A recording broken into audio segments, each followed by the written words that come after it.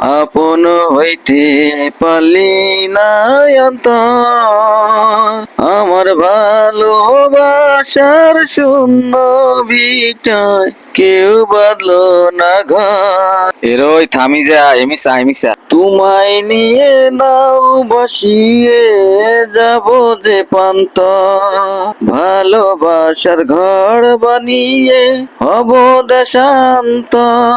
এই তোমার গান দেখো, চলো কোথাও নির্জনে চলে যাই।